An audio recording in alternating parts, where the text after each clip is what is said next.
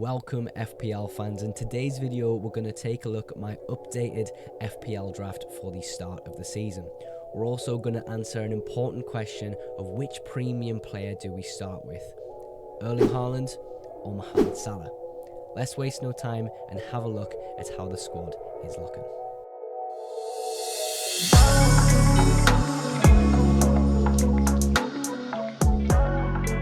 Big channel announcement before we get stuck into the teams. I've actually partnered with Fantasy Football Hub this season, and with that partnership I have an amazing deal for you guys at home. Of course, I use all of their tools and software myself, and I've improved my FPL game massively, so this is why I kind of want to promote it to you guys at home. You get access to all these amazing tools for yourself to use to get better at FPL. It's currently 50% off with the link in my description, and if you don't win your mini league with your friends, you get your money back. Of course, terms and conditions do apply, but this is just such good value for money. I thought I'd share with you guys for those who are interested at home at improving their FPL game. But take a look at the link in the description, and if you aren't keen on paying the price, you can have your team rated for free using their new upload system, where you upload a screenshot of your FPL team and they rate your team with their AI instantaneously, which is just absolutely fantastic. So yeah, definitely check that out. The link is in the description. To kick things off, we're going to go with the goalkeepers and defenders,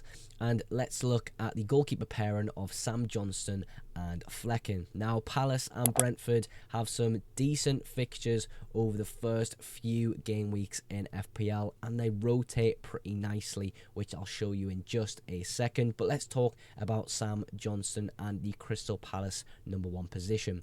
Now, this could easily be Dean Henderson. We just don't know who's going to start the season for Palace in net. If I had to guess, it might be Sam Johnstone, but Dean Henderson is a fantastic keeper, and I wouldn't be bothered by starting either one of them. So just had to get that out of the way before you say, what about Dean Henderson? Because we just don't know what who's going to start for Palace in net. But let's look at the fixture schedule for both teams and how they will rotate going from game week 2. Of course, game week 1 they play each other. Game week 2, you've got the Crystal Palace favourable fixture of West Ham at home, which is great. Home fixture against a West Ham team that has changed quite a bit since last season. Next game week, you've got Southampton, and it kind of bounces back and forward as you go down the line to which goalkeeper you will start. And of course, with the teams being not as defensively strong as an Arsenal or City, you're going to get save points as well. So that is a great pairing, in my opinion, for the price you're paying. I don't think you can really go wrong. Speaking about the defenders, Trent, Guardiola and Gabriel. I think Guardiola and Trent have been in every single one of my drafts bar one. So, I'm very nailed on those two assets, but they are quite expensive compared to some of the other cheaper assets you can really fill your team in. So sacrifices have been made elsewhere in the team, which you'll see later in the video. But let's talk about Trent first off. Now, he's going to be playing a slightly, well, not a slightly different role, but maybe a more attacking role in this new system with Schlott. A lot of through balls seem to be played by the likes of Trent in pre-season for the likes of Salah to be getting on the end of. So there's a lot of attacking potential in this Schlott system for Trent, and I don't think you can go wrong with his opening fixtures as well. Similar with Guardiola, I think you're paying a decent price. It's 6 million on the FPL market right now, but you're getting a player who didn't have the best Euros tournament, but I feel as though in a City side he's going to feel more secure and have better players around him, and we know how high he was getting at the end of last season, the attacking potential he had as well, which is really attractive to have in a defender. And also the defense of City is just fantastic as well. So yeah, that's why I'm going with Guardiola. Gabriel, and having an Arsenal defender is almost a must because they're so good defensively. And the reason I've went Gabriel over Saliba is purely from a data standpoint. set pieces are so important for this Arsenal team. You see the set piece coach, how excited he gets when, they score off these amazing set piece routines they have. And Gabriel has a big threat from these set pieces, and has scored quite a few goals last season at least off these amazing routines that they have coordinated. So yeah, I think it's important to have Gabriel there as the Arsenal defender. Taking a look at the bench, you've got Barco and Mykolenko there. Barco, probably the best 4 million option you're going to get, with Estupinan's surgery having him miss the start of the Premier League season. Barco is going to probably fill in that position. And under the new Brighton manager, I can see him getting quite high and linking up nicely with Matoma on that left-hand side. So we'll see how he plays at the start of the season. Of course, he probably won't start in my first 11 for the season, but I feel as though he's going to be a great little option to have off the bench. Similar with Mykolenko, Everton a really decent defensive side. Some new additions to the team might support them. Some outgoings as well might harm them, but Mykolenko is always a decent player for Everton, puts in a good tackle, which I love about him. But yeah, good, decent fixtures across the board, and a good little rotation player for when some of these other players have harder fixtures. But that is the goalkeeper and defenders. Now, taking a look at the midfield, you'll see clearly that Salah has not made it into the midfield, and we'll talk about that a bit later in the video. But let's go over some of the options that have made their way into the side. We'll start with Gordon, of course, on this left-hand side of the screen. Southampton away, they've got good fixtures across the board, and we know the type of player Gordon is. He's super attacking, pacey, and can finish the ball well in certain situations. So I feel as though at 7.5, you really can't go wrong with Gordon, and I feel like he's a great option to start the season with. Similar with Eze, although there is a slight worry with Palace losing players like Elise. Can their new signings really come in and be the replacement that they need for Elise? I'm not too sure, but we know the quality Eze has at least, so we can really bank on Eze performing well for Palace. Palace played really well towards the end of last season. I'm hoping they can continue that kind of playing style going into the start of the season, and Palace players become really favourable. But yeah, I think Eze is a decent option to start the season with.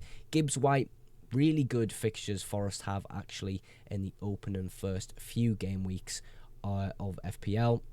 And as well, Gibbs White will be on penalties if he's on the pitch, which is absolutely great to have. It's almost like a little bonus on top for your player, because if they have a penalty, the chances they're going to score that penalty most of the time if they're a decent penalty taker. And I think Gibbs White really is a good penalty taker. Decent fixture as well with Bournemouth at home. And Nkunku, I think arguably could be the best 6.5 option if he gets minutes. Pre-season, Nkunku's been fantastic. We've seen it the last pre-season as well. I thought Nkunku would be an amazing little player for Chelsea last season, but of course injuries kept him away from the Premier League, which was a bit gutting to see, because I was really excited to see him in the Premier League. But now he's fit and raring to go. I feel as though he is going to get minutes, and with some decent fixtures over the first few game weeks, I don't think he can go wrong with 6.5. I feel as though it's really underpriced, and we're really banking on him not being injured to start the season. Leon Bailey for Aston Villa next.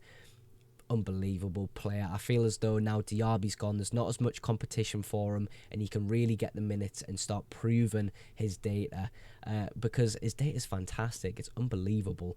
It's just the minutes for him are a bit unattractive, but I feel as though now Diaby's gone, it's now his time to shine. And it's an interesting thing to come back to, because I don't know if it was last season or the season before, we all started with Leon Bailey and he just didn't really play, but now I think he will get minutes and really show what he's made of in this Premier League season. So yeah, that is the midfielders. Let's take a look now at the forwards. Right, let's talk about the forwards. Of course, if there's no Salah in the team, there's going to be a Haaland. But next to him is Alexander Isak, and on the bench is João Pedro. João Pedro, of course, being the really budget option there. We don't know if he's going to start in that position for Brighton. It could very well be Danny Welbeck, which he is at the same price point actually at João Pedro, but I feel as though João Pedro, the penalty taker for Brighton, could be a great pick if he starts for Brighton, that is. Isak, let's go with next and talk about Southampton at home for game week 1. Arguably is one of the better captaincy shouts for game week 1.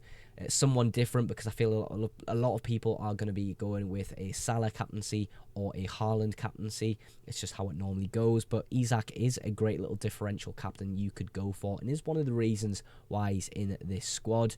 The 0.5 in the bank very well could be used to upgrade Isak and go to a Watkins.